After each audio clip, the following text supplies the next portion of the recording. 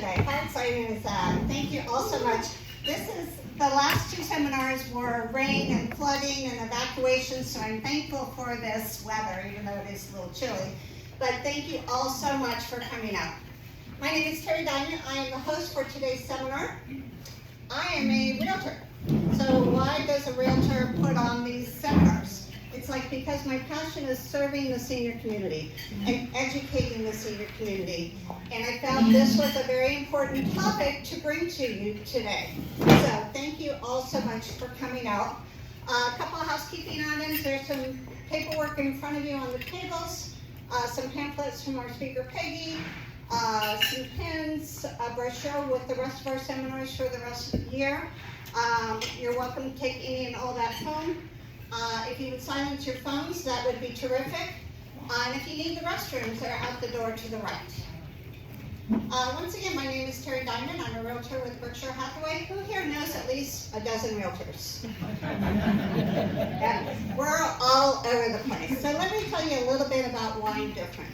I'm a senior real estate specialist, which is fairly common, but I'm a certified senior housing professional. That took months and months of education and research, and I'm one of 6 realtors in California to have earned that designation.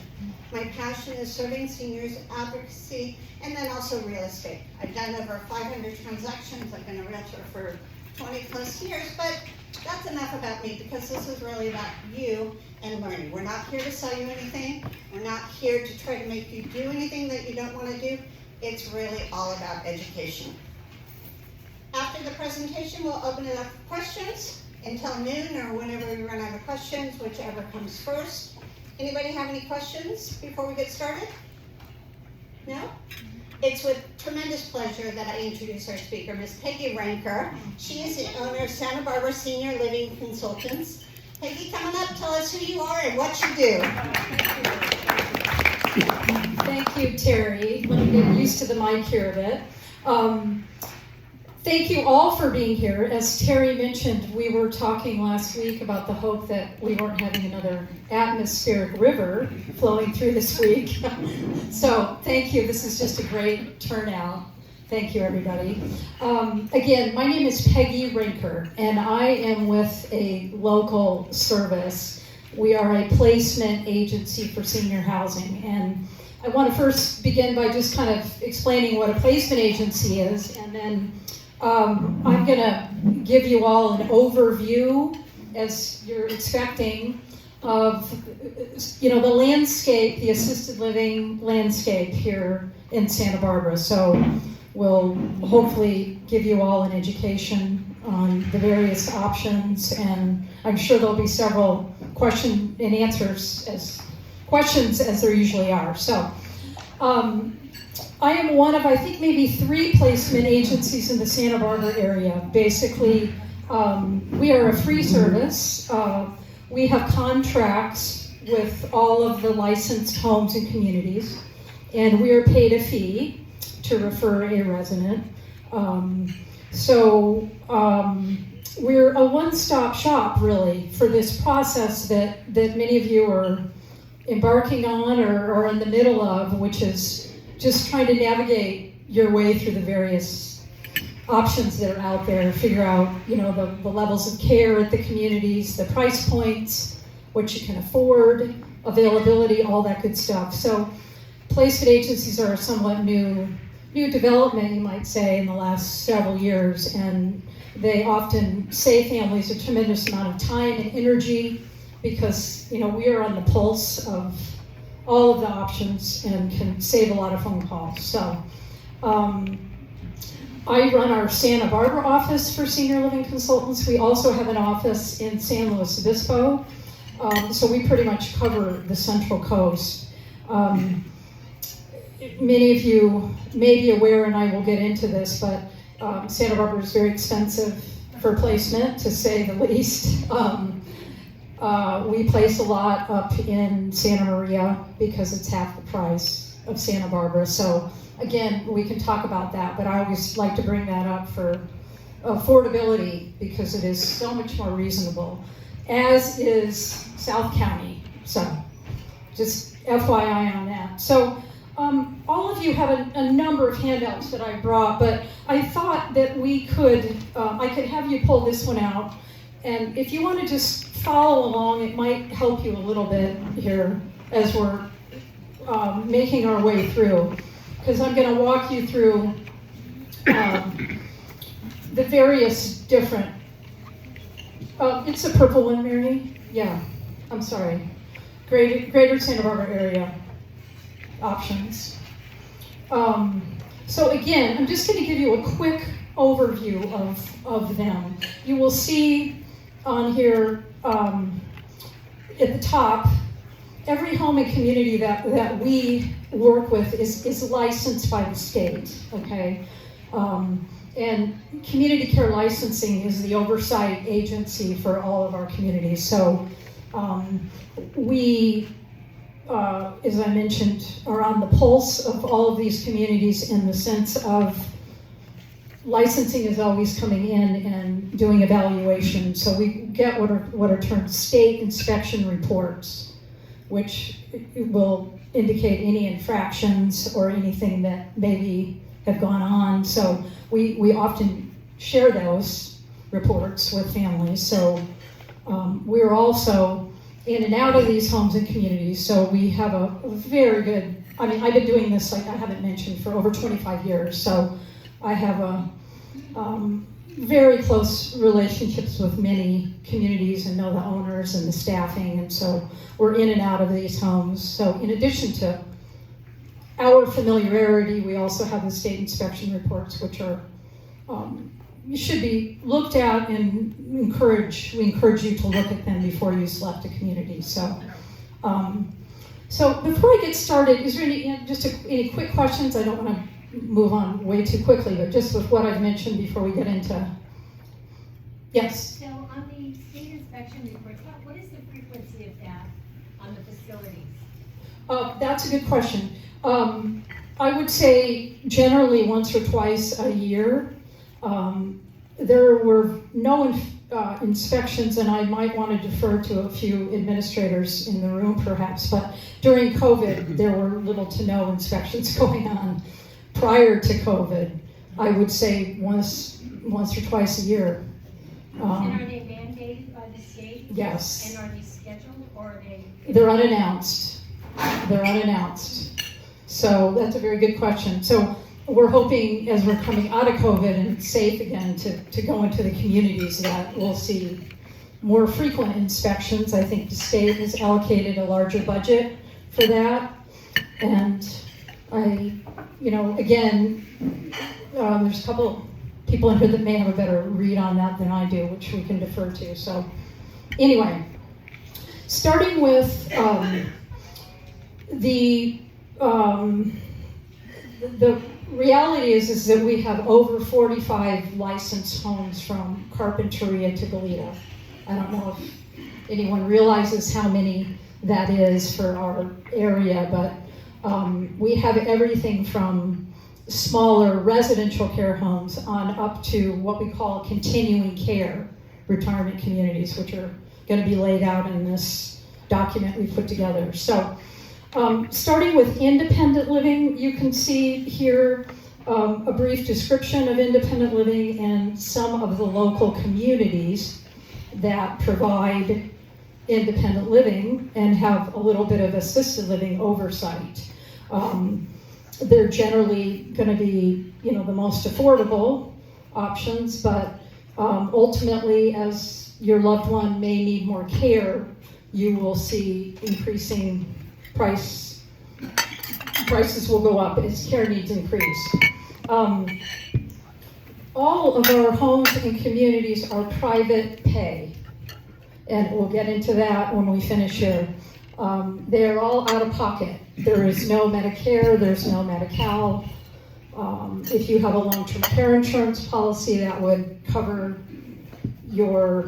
supplement your cost. You have a VA veterans handout there, which we'll talk about. But other than that, a lot of people aren't aware of that and are not educated on that fact. They think that Medicare is going to pick up the long-term care costs, and that's just not the case. So, Independent living generally is that. It's for residents that just maybe need housekeeping, meals, companionship, socialization in a community. So pretty straightforward. Majority of these communities are structured month to month. So there's no, with the exception of a continuing care community, there's no buy-in.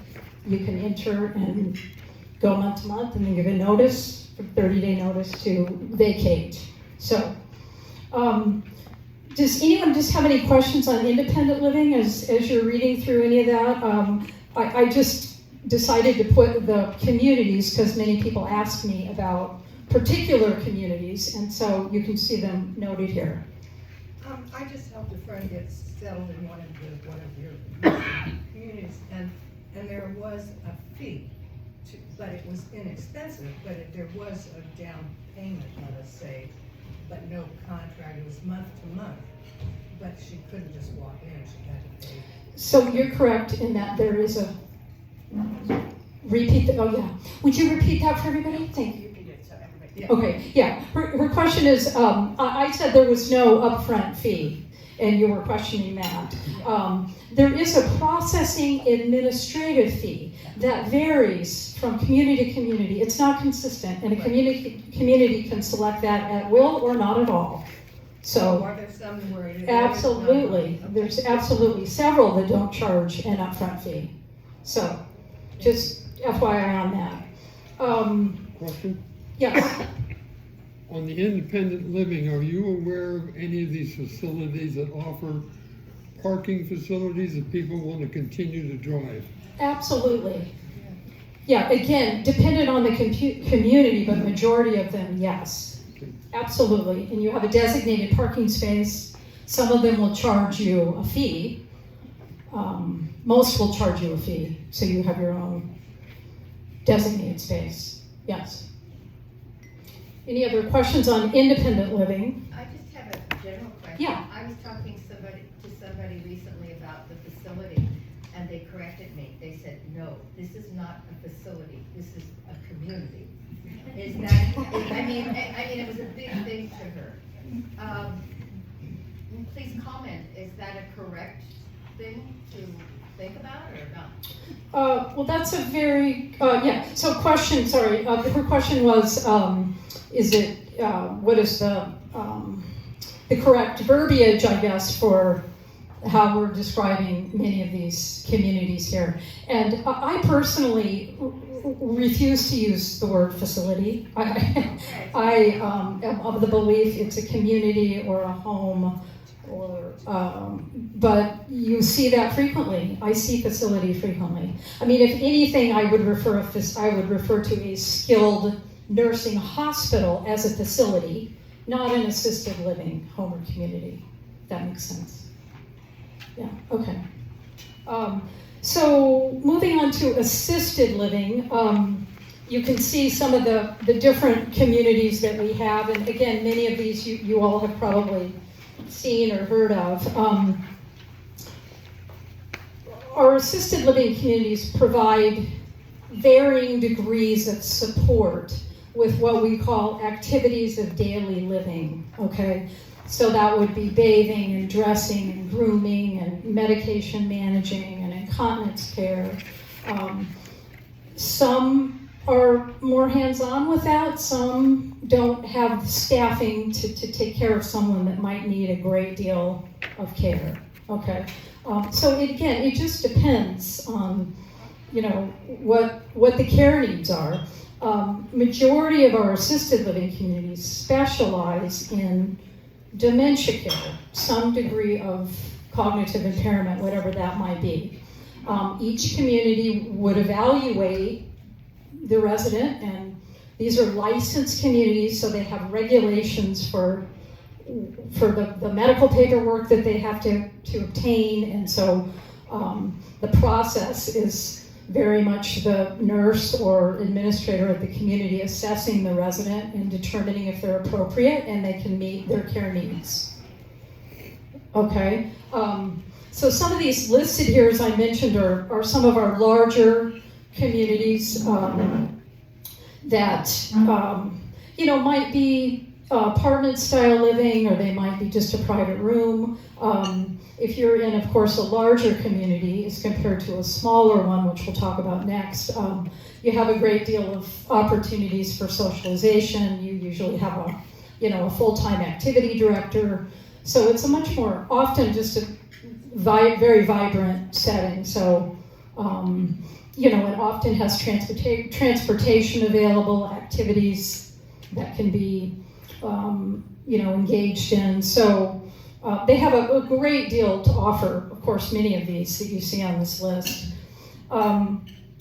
Moving on from those would be the board and care settings, and I'm sure many of you have, as I say, seen and heard the term assisted living, but within that umbrella is also what we would call a 6-bed board and care home, a residential care home for the elderly. But people don't realize how many of these smaller board and care home settings that we have, particularly in Goleta. And some of those that you're looking on that list may have 2 or 3. I mean, we have several administrators that have 2 or 3 6-beds.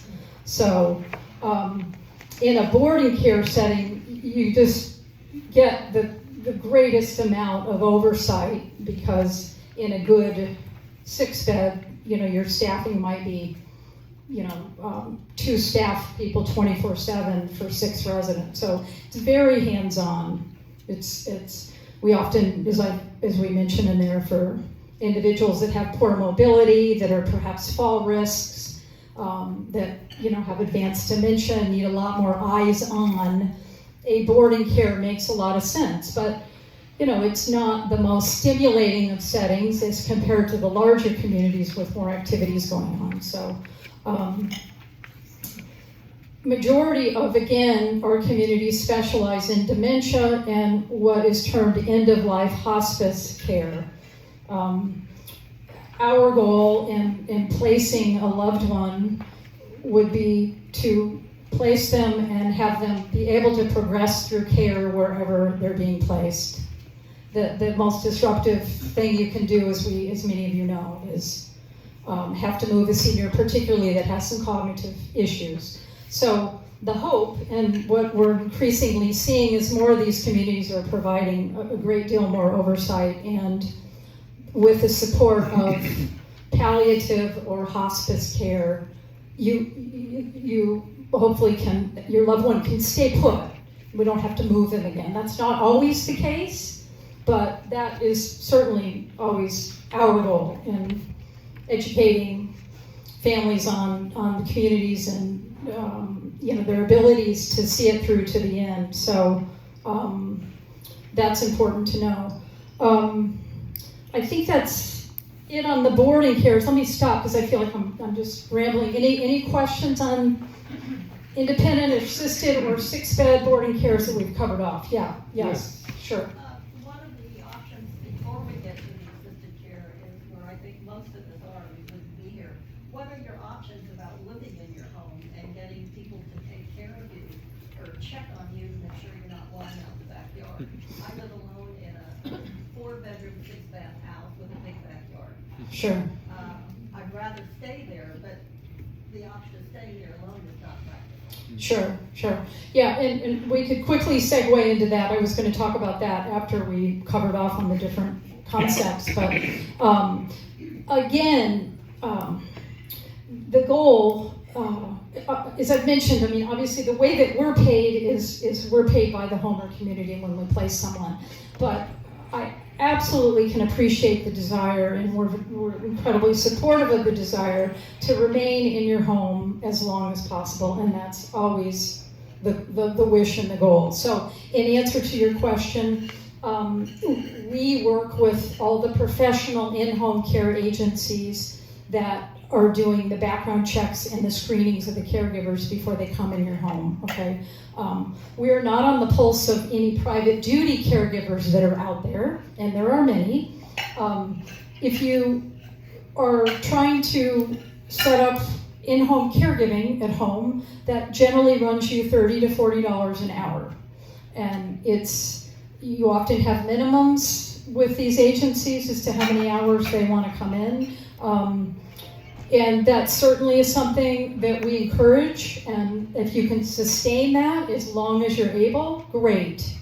But I also am all about, and I guess the reason I'm here and we're all here is just that we're proactive about this whole idea and process, because it's just often the case that you can't, it's prohibitive for most families to be able to have 24/7 at home if that's needed. So, I'm always encouraging just getting ahead of it and exploring the options and getting educated. But yeah, happy to help you. Can I interrupt there? I know we have a lot of questions, we'll get to them. I think that's a great question. I think it deserves its own seminar because there's so much information. So I think I'll look at my schedule, see if I can swap that out for another one, because it seems to be a common thread here. So it can take up 2 hours to have that discussion, so if not more. So let's just go around the room for questions here. Yes. Okay, so on these care facilities, all of them, do we have a rating other than the annual or biannual inspection? Is there any system, do you guys as agency have like, we classify this AAA or AA or A or B? She's asking about any kind of rating system for each community. And the answer would be no. I mean, we haven't talked about the skilled nursing rehab convalescent hospitals. They have ratings through Medicare, I believe. But I'm not aware of any rating system for licensed assisted living communities. No. You're talking about assisted living, board and so forth. How do we determine the quality of the food and meeting individual diet requirements of people going into these facilities? Sure. Well, I would answer that as I do with my families. I would encourage you, after you've visited, maybe done one visit in your favorable Tortohomer community, to go back. Subsequent times, have a meal, go to an activity, see the profile of the other residents, and experience the community, and many of them welcome that and want that. Many of them also are highly accommodating of diet and food preferences, particularly in the smaller settings where they can personalize that to a greater degree. But they do it in all the communities, and it's very important to them, and that's part of their kind of initial evaluation and kind of introduction to you as to what's important. You might be diabetic, you might have any number of allergies, so all that is ascertained by the administrator or nurse before you move in, and then they're very accommodating. Yes? I have 2 questions, basically. Which assisted living places have Medicare beds that people can transition into? And is it a state mandate that people that are in assisted living actually are able to transition into a Medicare bed when they need that? Okay, so as mentioned earlier, all of the homes that you see on this document are private pay, okay?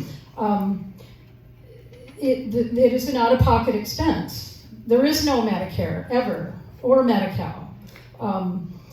In the skilled rehab convalescent settings, and some I don't mention on there, but I'll mention many of you have heard of, Mission Terrace, Buena Vista, Channel Islands, Val Verde Rehab, San Marcan Rehab. Those are Medicare and in some cases Medi-Cal certified.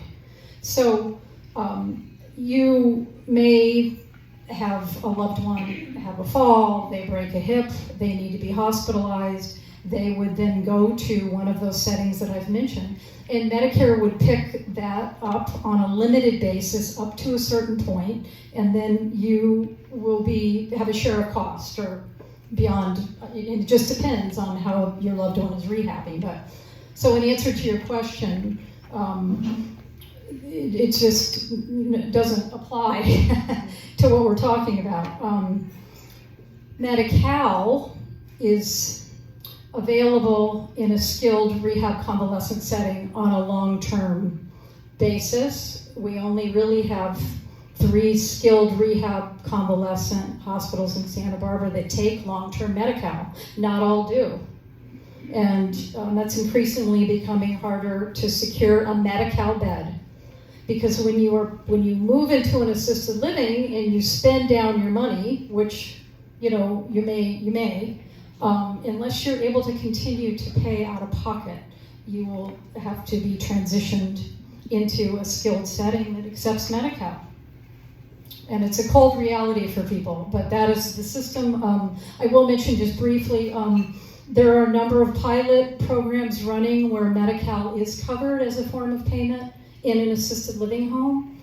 It has not hit Santa Barbara County, but there's several in LA County and up in Sacramento. So the hope is that at some point in the next couple of years, that will be an option, because they're dramatically different settings. A skilled rehab convalescent is a hospital. It's a clinical setting. You have doctors and nurses around the clock. Majority of our seniors don't need that level of acute long-term care, but they're very unfortunately shoved into these Medi-Cal settings that are not appropriate. But when you run out of money and you're living on your Social Security, there's not much option. Yes. Yes. What are the 3 places that you have in Santa Barbara? Buena Vista on Patterson, Channel Islands on Via Lucero, and on a limited basis, the Californian on De La Vina. And also on a super limited basis would be places like Samarkand and Valverde that might, if they had a random opening and they were not able to move a resident within their community, they might be willing to accept a resident from outside on Medi-Cal, but it's a rarity. Yes? Going back to the boarding care homes, are those more expensive or the same price as an assisted living? Very good question. We haven't gotten into the pricing yet. I believe I mentioned it briefly on there. Pricing is entirely contingent, particularly with the assisted living and up with the board and cares, on the amount of care and oversight that is needed with the ADLs that I mentioned, activities of daily living. Or for like a blind person? A blind person. Okay. Well, again, it would depend, but I would say on the low end, perhaps 4,000, 3,800, 4,000, and that might be a shared room in a board and care, and up from there too, as I've mentioned, $9,000 and $10,000 for a full care situation. Yeah. He had a question, I think, but maybe not anymore. Yes. No, the same question that was asked before. What was the third one? I had Channel Islands, and what was the third? Buena Vista, Channel Islands, and the Californian. Okay. Yes. Yes. So let's see.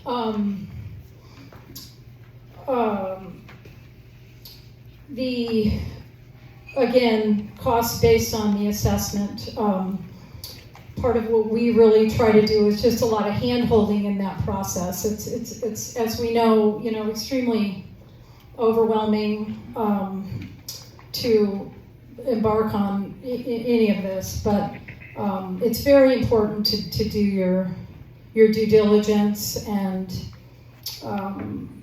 visit these communities in advance and experience them.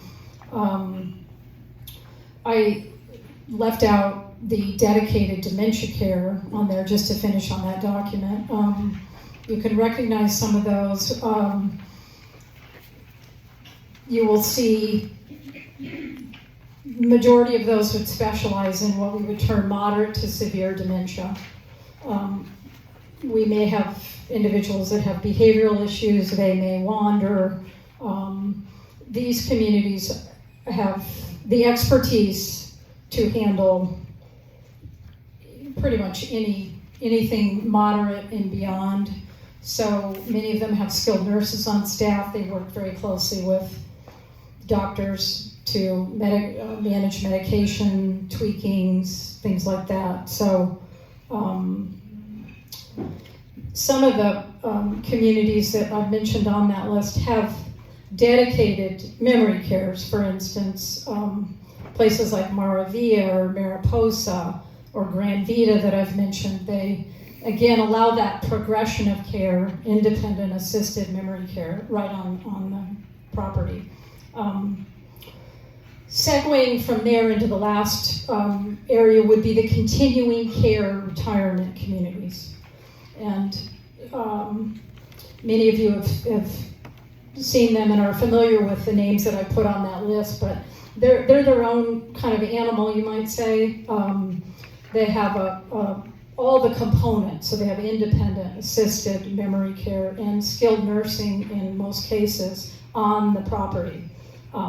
That's really the most ideal scenario out there, but again, these communities require pretty significant entry fees and then monthly fees on top of that.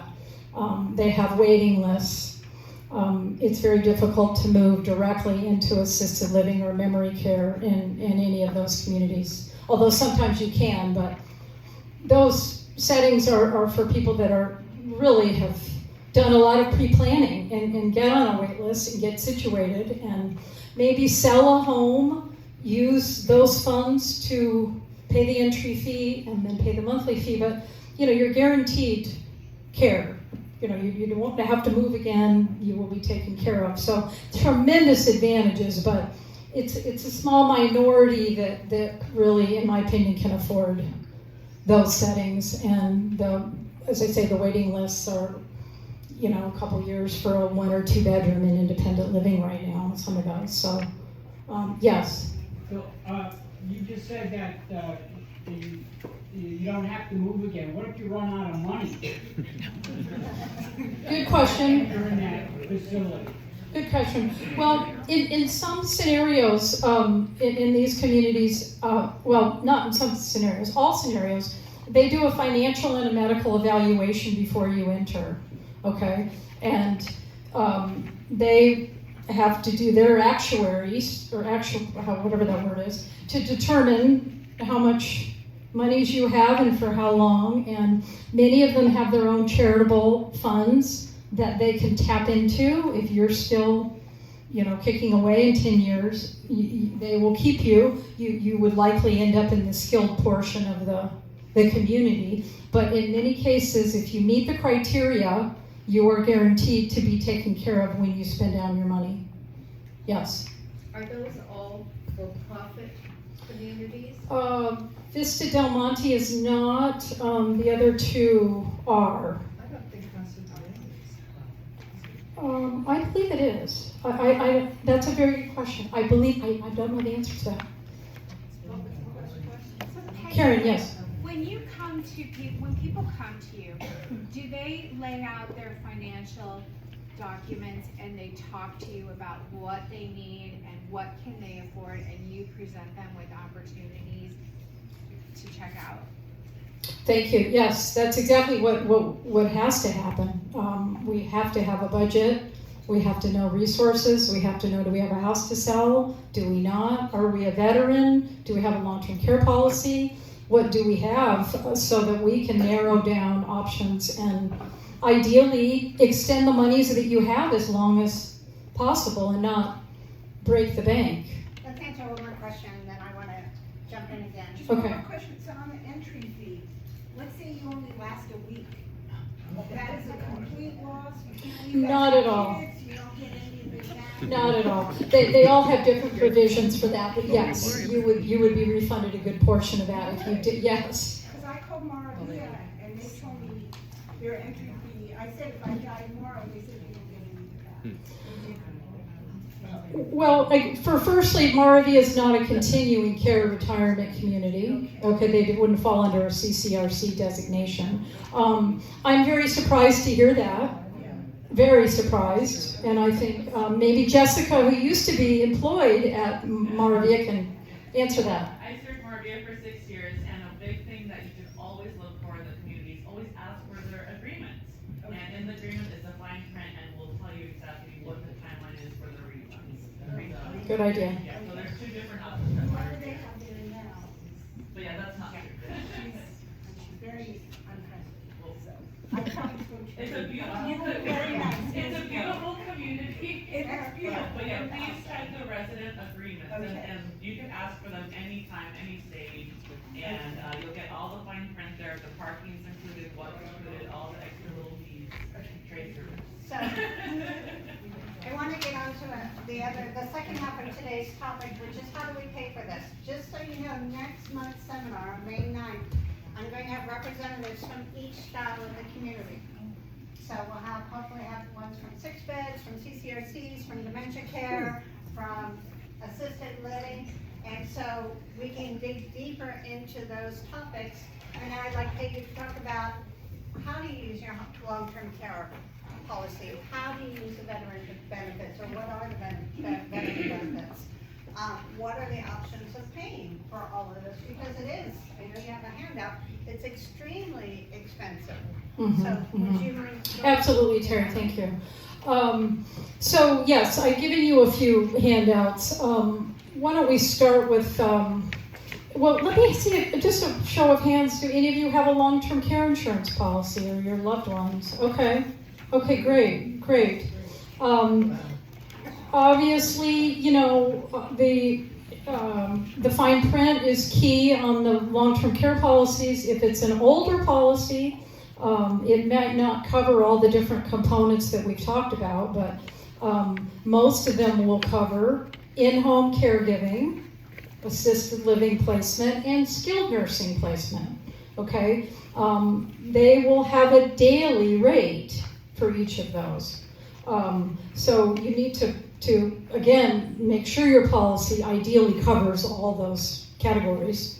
I have a lot of seniors that have purchased policies years ago that do not cover assisted living, they only cover skilled nursing. So that's a huge shame, because that's not most of the time what's appropriate, but because policy covers only skilled 20 years ago, there's no applicability to AL. Yes, you have a quick question? On that topic, would you exhaust your Social Security 90 to 100 days stay in skilled nursing before your long-term care would kick in? Or is it a You know, I am not going to address that because I'm not an expert, and I think when Terry has a long-term care insurance policy expert, and I have in the collateral there a gentleman by the name of Brad Tisdale, who I highly recommend for any of you, and I hope that Terry will incorporate him for a future presentation, because it's not my expertise.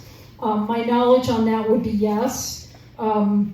But as you see there, Brad is, of course, we'll talk about creativity. There's now all kinds of hybrid policies. Any of you that have a life insurance policy that can be tapped into. There's a lot of ways now to work the system that there never were. So I hope that any of you that even want to just double check your own policies will reach out to Brad, because he's a tremendous resource. So if you utilize a policy, I would say the average daily rate I see is maybe $200 to $350 a day. So let's say it's $200 a day times 30 would be $6,000 a month, which would be a big nut toward your assisted living costs, which again I would say are going to average anywhere from $6,000 to $8,000 to $10,000 a month is just a range. But if you have a policy that can offset that's tremendous, as we all know. And the longer you wait, for those who haven't, and the more health conditions you have, the less likelihood that you will be approved or have the option of an affordable policy. So that's long-term care insurance. Yes. So are these insurance policies state-related? So, like, only available, like if you buy it in California, it's only available in California? Do not know the answer to that. I have to defer to Brad on that. I can't speak to that.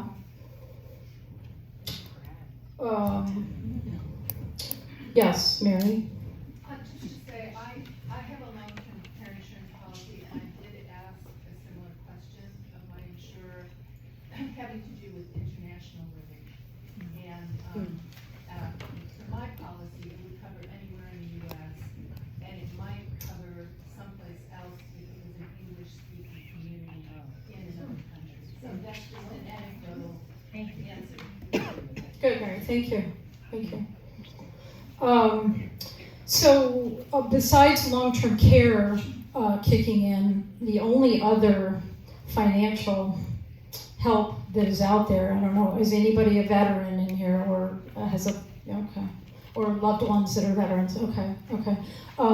So there is a particular benefit through the veterans called the aid and attendance benefit, which is in one of the handouts that I've given you. That can supplement up to $1,800 a month. Again, that's based on financial and medical criteria and evaluation. But I always encourage families to reach out to our local county, and I also will leave some brochures on a gentleman by the name of Joe Fletcher, who's with the county, and he specializes in the aid and attendance benefit. And any of you that want to pursue that, I would try to make an appointment with Joe and get an idea what that looks like. Generally, it takes about 4 to 6 months to see the monies, but they're retroactive. So again, even if you don't qualify for the full 1,800 and you got 1,000 or 800, I mean, anything helps chip away at what will ultimately be very expensive placement. Yes? What was his name, Joe? Joe Fletcher. Yeah, I'll leave out some, and again, it's the aid and attendance benefit through the VA. What was that? AID and attendance. What does that mean?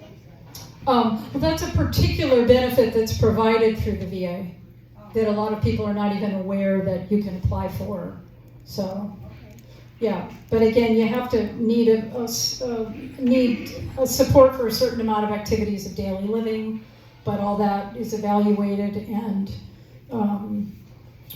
again, Joe can help you walk through that. Do you know if there's an asset threshold? Yes, it's a little under 150,000. What was the question? Sorry, she asked what the asset evaluation was to apply or to be a candidate for the VA, and I think it's about 120, 130. Yeah. So when it comes to, again, any help with placement, there's just, I'm sorry to say, not a heck of a lot. What's that? Yeah, besides the long-term care policy and the veterans benefit. There are a few grants, very few grants, but there is one in Santa Barbara that's for, Alzheimer's, individuals that are suffering from Alzheimer's. And but apart from that, it's pretty grim, and we have so many seniors that literally are falling through the cracks. But back to what I mentioned earlier on affordability, often we help families look outside of the area where, it might be $6,000 a month here. You might be able to have that same, quality of assisted living in Santa Maria for $3,000 or down south. So we have agencies down south that we work with that we help families that can't afford to remain in Santa Barbara, sadly, but. So do they have it by county for the state of California, what the affordability is for the different care facilities? Like you say Santa Barbara's high price, which would be indicative of our real estate, where you go North County, it's less. So is that true? Like if you go High Desert, do you think it'd be even cheaper there if they have something? Well, in my opinion, anywhere is cheaper than where we're living. Wouldn't you agree? I mean, I would agree, I would think it would correlate to the housing prices, so high desert is a lot less. You know, I don't know that for sure, but that's what it would make sense, even though you're saying, a house is, you know, a third of the price it is here. Right. And so you would expect the same, of assisted living, so, yeah, it's a sad fact, but true. yes. Does someone need to live here in Santa Barbara currently to get on a list for any of the communities that have waiting lists to get in? Are any of the senior housing facilities, I've seen like the Grace apartment buildings, or do the housing authority, there's some senior apartments that you need to live here to be on those waiting lists? I don't know the answer to that. I believe you need to be a resident of the county, and maybe somebody can help me out on that, but yes. Yes. I do know that, I just brought my dad here from Idaho, and he was born and raised in Santa Barbara, lived in Idaho for 20 years, and then I brought him here, he's 95. And I called around to different communities, and they would not take him because he's having a Now, were you looking for low-income Section 8 housing for him, or just a regular? I mean, I can speak to the licensed assisted livings. They have no restrictions on where you're from. I was told that when I called him. Never heard of that, Jess, you can, no, that. Now, again, the county of Section 8 low-income housing may have different requirements, but that's not what you're speaking to. I'm very surprised to hear that, extremely. Mary, yes. Well, I just want to add that the senior subsidized housing, even if it's not Section 8, they do have a residency requirement. Thank you, well, there's, And their waiting lists are enormously long, upwards of 10 years. yeah. So that's, I mean, we're talking about all these things, and a big part of where you are now is to start planning. Right. You know, whether you go out to Valverde, I have one client who has, she's already has her name on the waiting list at Valverde, you know, or for the senior housing. It's just being prepared. You know, I'm sure Peggy gets called in the middle of the night many times going, my mom fell, she needs to go X. And she's got to scramble around and find a place for her, which she does. But how much better is it to determine your future yourself? So being prepared through your trust and through where you're gonna go, not placing the burden on your children is all super critical. And I know Peggy can help with that in planning, even if you're not ready, if we do in-home care, for a while, still have that plan for when in-home care is no longer suitable. And if I can speak to that, my husband and I have had our name on a list for 10 years, just in case. Sure. And at this point, we're at the top level for a 1-bedroom or a 2-bedroom or, you know, whatever. But they just keep us there, but they don't contact us. And we have worked out an arrangement that if and when we're ready, we will contact you, and then we go right back up to the top of the list. But it's been 10 years and they've allowed that, but I think you put down maybe $2,000 to begin with, which is returned, you know, if you don't go. Did you get that? Yeah. I'm just listening. Okay, good, yeah. Yeah. I want to make sure you heard. Incredibly wise. I mean, and again, Terry, thank you. And in closing here, I think that it is all about getting educated and being prepared and getting out and narrowing down your options. What can you afford? What is going to be feasible? As Terry knows, the majority of calls to our office are crisis calls. They are people that have not dealt with it. They don't know the lay of the land. They don't know what they can afford. They don't know Medicare doesn't cover assisted living. So it's so stressful for everyone involved when you are not thinking ahead. So I encourage you all to do that and just get informed and make life so much easier on your loved ones and yourselves when you're, you know, sitting in the hospital. And these days the discharges are just coming fast and furious. They do not keep you very long. And you have to have ideally a plan or just kind of some 3 or 4 places you've looked at. And then certainly if you have some cognitive impairment, now's a good time to be part of the decision making so it's not forced on you down the way.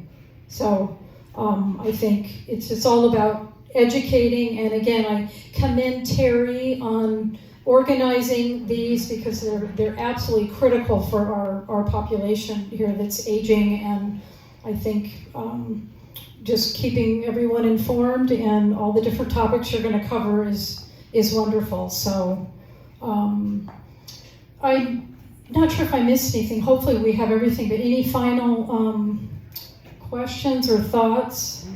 Yes. I just want to make a comment on board and care. Yes. We put my grandfather in a board and care for 3 months so that we could remodel his house so he could live in his house, to be able to have the family and or nurses come part-time. So it was a good thing for him to, he knew that's what it was going to happen, so we could take him out of his house and change everything without disruption to his life. Yes. It's a good thing. They will take you for a short term if you let them know you're going to pay 3 months or 2 months, if you can afford it, to do a small, it's a family atmosphere too, and you can go with a 6-room or 10-room, you can go in and spend a lot of time with them too, and do whatever you want, take them out, whatever. But it was a good idea for him to let him know that we could do that. And then he could go back to his house, and then eventually when he passed away, we, sold it. But it was a good way to do. Great, thank you for that recommendation. Yeah. Again, just in closing, what I didn't mention, which what you're referring to is a respite stay. So a lot of our homes and communities provide short-term respite for whatever reason. Maybe you're caring for your loved one at home and you need a break, or you're going on vacation, or you have to have a procedure and you want to place your loved one. Most of them have at least a 2-week minimum to come in, but you can set up a daily rate. And yes, we do a lot of respite, as I mentioned in the document. Many of the larger communities can accommodate respite because they have more inventory. And for him, it was like a little vacation. Yeah, exactly. He didn't have to see the stressful stuff that was going on in the house, because that would upset him. Yeah, absolutely. So tell him he's a little vacation for a while. Yeah. It's also a good trial run. If you look at a place and you like a place and you want to try the food, you can sign up for a 1-month respite. And you're not signing your life away. You're just gonna do a trial run and try it out and go back home or not, or move in. Yes. I want to thank you for the information, because a lot of it's very helpful. However, I keep hearing the word prepare. If we were 20, 30, or 40 years younger, we'd probably be able to prepare much differently than we would today. Do you know any organization or group in this community that helps younger people realize what you're talking about and help them learn how to prepare for their retirement and ultimately looking at retirement facilities? That's a really good question. I don't know of anybody that does that. Anybody? Financial planners. Yeah, financial That's true. There's estate planners and financial planners, and but just by being here, you're preparing. So good job. Yeah, somebody always says, well, when is the best time to buy a house? And I said 20 years ago. And if you can't buy it 20 years ago, buy it today. Yeah. And the same thing applies to retirement planning. If you didn't plan 20 years ago, and a lot of the younger generation needs to be aware of that, so that's a very good point. You should do a public service announcement. Yeah, indeed. But, you are now all advocates in teaching your children and your grandchildren and your friends' children too. You gotta start thinking about this. Mm-hmm. Yeah, I just want to say, the other thing that you can do, and anybody here, is visit some of these places. Before my dad came down, I went to every place I could hear about. Good for you. And it made it so much different that I could explain it to him, because he was like 93, had lost his second wife, and was not in a position to make really immediate choices. So I took him around, and I think by me going around with them, I knew where I wanted to get on the way. Yes. Absolutely. And you can do that. Most all communities, I won't say every, most all communities love for you to come in and set up a tour. I can help you set up tours. Is that something you would help set tours? Absolutely. Yeah, so. Any more questions, because I want to move on to a couple other topics here. Again, to cover the financing options, does Medi-Cal cover nursing homes? And how, is that a positive or being accepted in the nursing home? Or how does Medi-Cal fit in there? Right, so Medi-Cal, as mentioned, does cover long-term stay in a skilled rehab convalescent hospital, the three of which I mentioned. You have to obviously qualify for Medi-Cal in advance, and again, that's when you might involve an elder law attorney, as maybe you're spending down your monies and you're in a community and you're not going to be able to private pay. You should be consulting with an attorney perhaps and getting on a wait list for a Medi-Cal bed. Medi-Cal is not covered in assisted living. I'm hopeful that it will be in a select number of communities locally where you can be on Medi-Cal and live out your years in an assisted living. But that is not the case. And as mentioned, the skilled settings are hospitals. They're hospitals. And these assisted livings are, homes and communities that are much more aesthetically pleasing. And it's just a shame that this is the system, but that's also something you need to do pre-planning for sure. I mean, Do you have any references to any attorneys that specifically deal with this? I do. I can give you those afterwards. Yes, definitely. Any final questions? No. There's one thing I'd like to mention, because working with a lot of retirees, many of them considering moving into a facility, I've experienced in about half a dozen cases in the last year or so, people moving into independent living, and by the skin of their teeth, often being able to afford it. And then one of the couple has to move to assisted living or dementia care, and their fees go way up at that point because it's a different facility. And they weren't really aware of that, and it put a tremendous strain on the couple. Mm-hmm. How do you explain to people, or do you wait till they go to the facility and talk to the management that this could be a possibility? Yes, you're coming in at this fee, but if you experience some difficulty and one or both have to move to a different care facility within the unit, that your costs are going to go up significantly. Yeah, that's such a brilliant point, and sadly that goes on. So all I can do is encourage you all to ask for transparency. Any community that you're going to move into or moving a loved one into, those questions need to be asked. I mean, under what circumstances will my loved one have to be moved if they're separate sections? And under what circumstances will care pricing go up? What would that have to look like to see an increase? And I don't think that all of our communities are as upfront as they should be about that reality.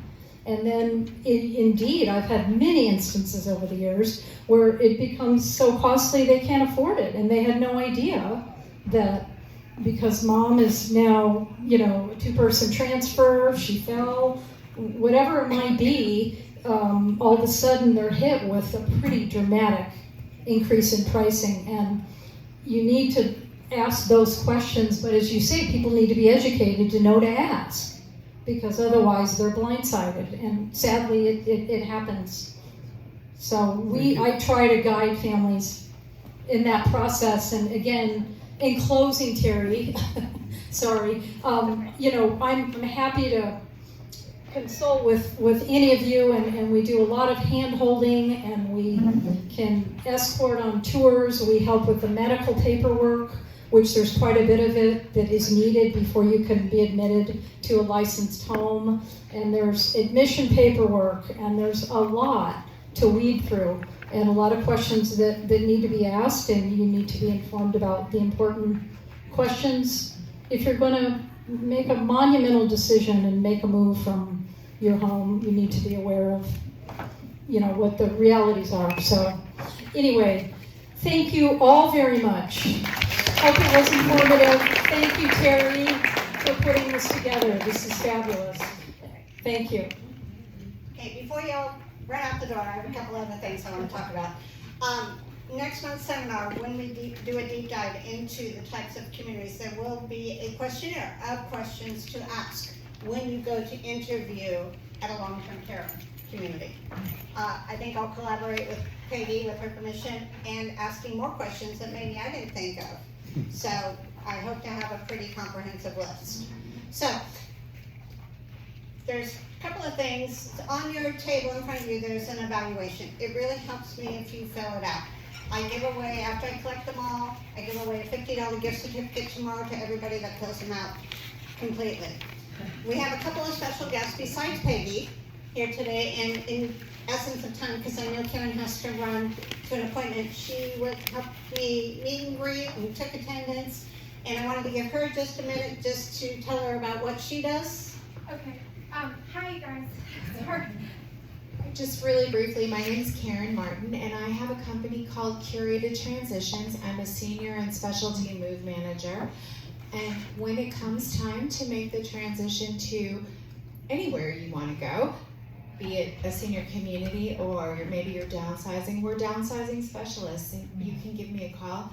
We have brochures here, and I also, if you reach out, I will make sure that you get the new handy dandy downsizing kit, which I put together using recycled materials.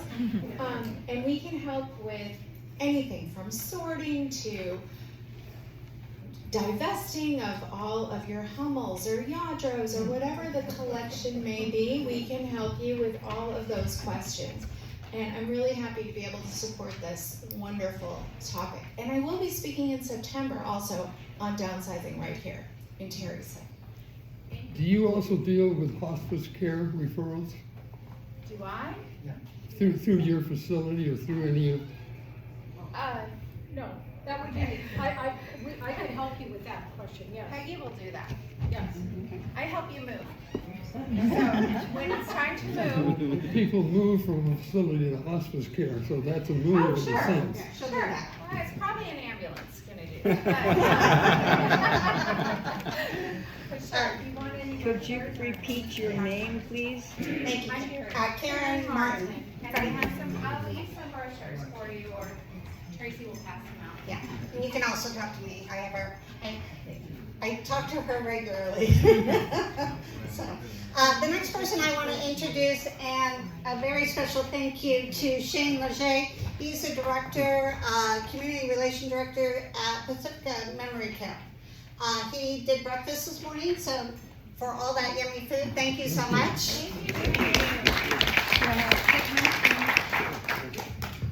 Hey everybody, I'm Shane Leger. Thanks for coming. This is a wonderful thing to get informed about. And people who work in this industry, they're very passionate about the elderly, and so we love what we do. I work with Peggy on a weekly basis, and I can attest to what she does. She brings residents, and she comes herself to my community at least once a month and talks and sees people and visits. So working with someone like Peggy, when you're doing this, is somebody locally here. There's lots of companies online that'll give you referrals, but working with someone locally, you're getting like really hands-on information from somebody who's visited all these communities, and she's going to have really, really good information about what you can do there. So thanks, Peggy, for all that information. And Terry does a wonderful job as well with helping you make the transitions in your life that are difficult. So I can attest most people in this industry are trying to do what's best for you as you age, and we love what we do. So it's my pleasure to be able to be here today, and thanks you guys for including me here. Thank you. Yep. And thanks for breakfast. We also have another special guest, Jessica, if I can say her name right, Jessica Hines Shagun. She is now at Mariposa and Elwood Shore. She was at Maravilla, and she brought the cookies, so thank you so much for those. Help yourself. Do you want to stand up and say a few words?